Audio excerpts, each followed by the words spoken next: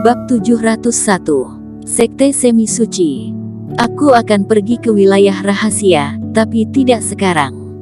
Teddy berkata sambil menggeleng. Aku belum cukup kuat. Pembukaan berbagai macam wilayah rahasia, setidaknya butuh waktu setengah tahun. Kalau belum sampai fase kesempurnaan, masuk ke dalam juga hanya menjadi penonton. Aku, Teddy, bukan penonton. Kalau pergi aku ingin merebut warisan paling mempesona itu. Selesai berbicara Teddy, melayangkan tinju yang keras ke udara, lalu udara tiba-tiba meledak, dan bayangan tinju terbang keluar dan langsung menghantam batu di kejauhan. Para Grand Superior Master gemetar, kekuatan Tuan Muda sudah jauh melampaui Master setengah fase kesempurnaan. Tubuh Raja Pertempuran sangat menguntungkanku. Latihan seminggu saja sudah memberikan banyak manfaat untukku. Teddy mengepalkan tangannya dengan puas. Beritahu ayah, kalau aku tidak mencapai fase kesempurnaan aku tidak akan pergi ke wilayah rahasia. Baik, Tuan Muda.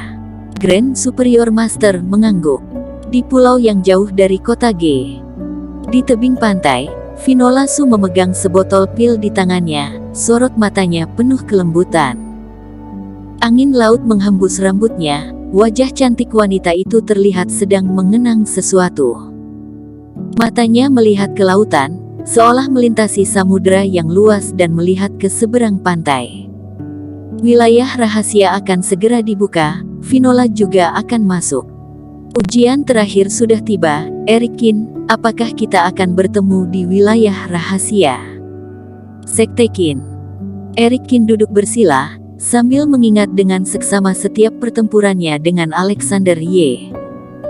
Dia menjulurkan tangannya, Reiki berkumpul di telapak tangannya, lalu dengan cepat berubah menjadi sebuah mutiara spiritual. Kemudian Erikin berpikir, lalu merubah Reiki ini menjadi jarum tipis. Namun saat ini, Erikin sudah merasa ini sangat memakan tenaga. Ketika dia ingin merubah senjata spiritual dari mutiara spiritual menjadi jarum, Reiki itu berguling dengan hebat, lalu tiba-tiba meledak. Masih tidak cukup. Erikin menarik nafas dalam-dalam. Jika hanya berbicara tentang jumlah Reiki, Alexander Ye tidak sebaik Erikin. Tapi dari segi pengendalian aura dia jauh melebihi dirinya.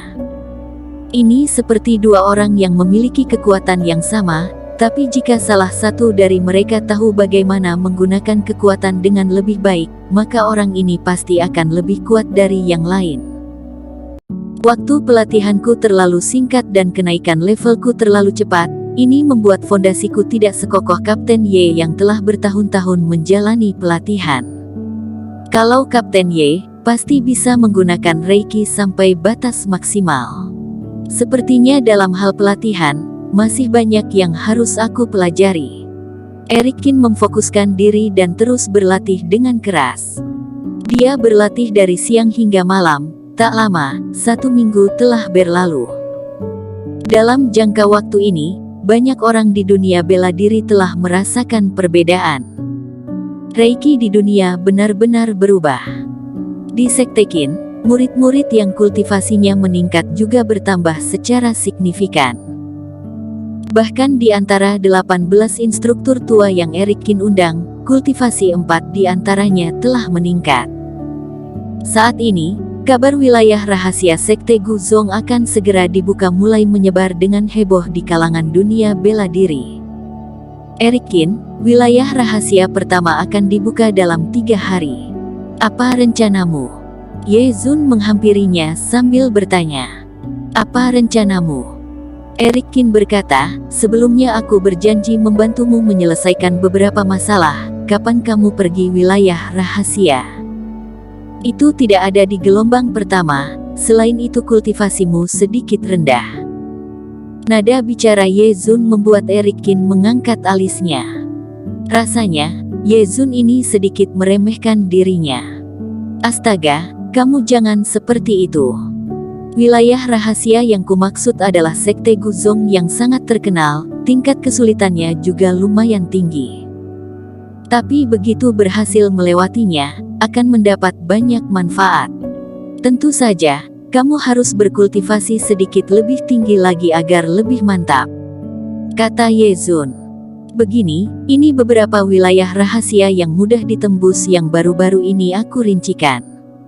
Coba kamu lihat. Ye Zun mengeluarkan selembar sketsa. Eric Qin meliriknya. Sketsa itu menunjukkan berbagai macam sisa peninggalan Sekte Guzong. Yang mengejutkan Eric Qin adalah Ye Zun menulisnya dengan sangat terperinci. Di dalamnya mencakup kemungkinan manfaat yang akan diterima, tingkat bahayanya, besar kecilnya peninggalan dan sebagainya. Tapi, di gelombang pertama ada banyak sekali peninggalan di wilayah rahasia Sekte Guzong. Aku tidak mau lihat, katakan saja padaku mana yang paling cocok ku tembus. Eric Qin terlihat sedikit sakit kepala. Jika tidak mempertimbangkan hal lain, Sekte Semi Suci yang paling cocok, kata Ye Zun. Konon di Sekte Semi Suci ada mata air suci yang tidak pernah kering. Air di dalamnya merupakan cairan spiritual. Tempat seperti ini yang paling cocok kamu tembus. Kalau begitu pergi ke sana. Eric Qin menggosok-gosokkan tangannya, kekuatannya tidak memiliki peingkatan. Melatih Reiki tidak mungkin dilakukan dalam semalam. Terobosan adalah prioritas terbesarnya saat ini. Kemana? Aku juga ikut. Saat ini, Bella Fang berkata sambil bergegas menghampirinya. Kenapa kamu tidak berlatih formasi dengan ibuku, dan malah datang ke sini? Eric Qin berkata dengan tak berdaya, jangan main-main, wilayah rahasia bukan tempat main-main, tempat itu bisa membunuhmu. Cih, sekarang aku juga seorang Grand Superior Master. Aku juga sudah belajar banyak formasi dari guruku, sekarang aku sudah tidak seperti dulu. Bella Fang berkata dengan tidak senang. Bisa jadi saat kalian mengalami bahaya, kalian masih harus bergantung padaku untuk menyelamatkan kalian. Kalau begitu lebih baik aku bunuh diri, main di tempat lain sana. Eric Qin menyimpan sketsa itu, Bella Fang pun pergi dengan marah. Eric Qin, kamu tidak membawaku, aku akan pergi sendiri. Aku tidak percaya, hanya kamu yang tahu di mana letak wilayah rahasia. Bella Fang memutar matanya sambil mendengus. Nanti aku akan mendapat warisan Sekte Guzong dan membuat kalian terkejut. 2 hari kemudian, Eric Qin dan Ye Zun pergi ke pegunungan di kota Ge. Tadinya ini adalah tempat yang jarang didatangi, tetapi karena tempat peninggalan Sekte Guzong akan dibuka, banyak pejuang yang berdatangan ke tempat ini. Sekte Guzong ada di dalam. Ye Zun membawa Eric Qin ke puncak gunung yang tinggi lalu dia berkata sambil menunjuk ke lembah yang berada di depan.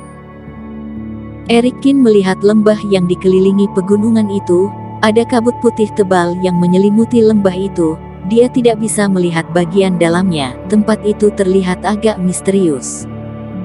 Eric Qin membentangkan kerohaniannya, tapi langsung diserap oleh kabut putih, dan dia tidak dapat mendeteksinya sama sekali. Menarik. Eric Qin mengangguk. Sekte Guzong ini dikelilingi oleh pegunungan dan di mana-mana penuh dengan tebing. Bagaimana cara kita masuk? Lompat ke dalam. Ye Zun berkata dengan asal. Eric Qin membelalakan matanya, melompat dari ketinggian ini, para Grand Superior Master pasti mati. Setelah wilayah rahasia dibuka maka formasi spiritual di bawah kabut putih akan terbuka.